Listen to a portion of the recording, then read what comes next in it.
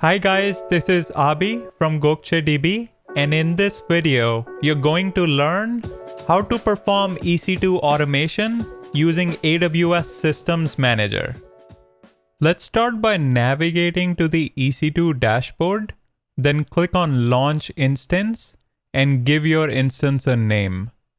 I'm going to select 3 for number of instances, then choose an AMI, an instance type, and a key pair. Let's leave the network settings to default, then hit Launch Instance. Click on View All Instances, and you should see all 3 instances in pending state.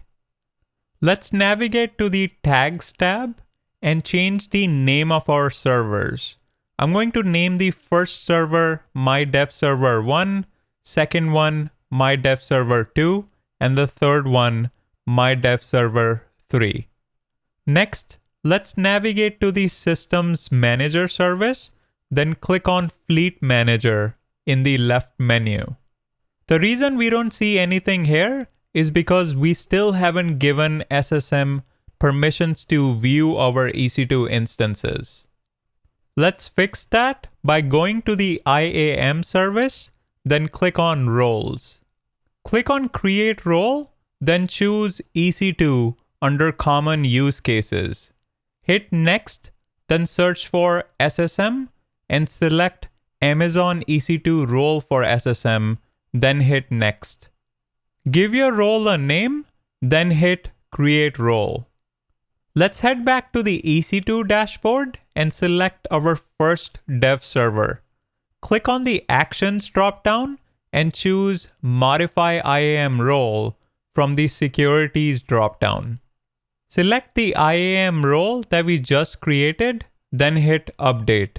Repeat these steps for MyDevServer2 and MyDevServer3. Let's navigate back to the Systems Manager window and give it a few minutes for our EC2 instances to show up as managed nodes. Now we can head back to the Systems Manager service page and click on Documents in the left menu. Search for EC2 and let's pick AWS Stop EC2 Instance document. If you look at the Content tab, you can find the actions this document will perform on our managed instances. Click on Execute Automation, then scroll down to the Input Parameters section. I'm going to select all 3 of my dev servers, leave everything else to default, then hit Execute. Let's head back to the EC2 dashboard to check the status of our instances. As expected, the dev servers are now in stopping state. Give it a few minutes and you should see your instance state change to stopped. Now say if you wanted to start all your instances through Systems Manager, you could go back to Documents and execute the AWS Start EC2 Instance document. Just make sure to select the Show All Instances dropdown in the Input Parameters section, select all your dev servers, then hit Execute. There you have it. If you have any questions, leave them in the comment section below.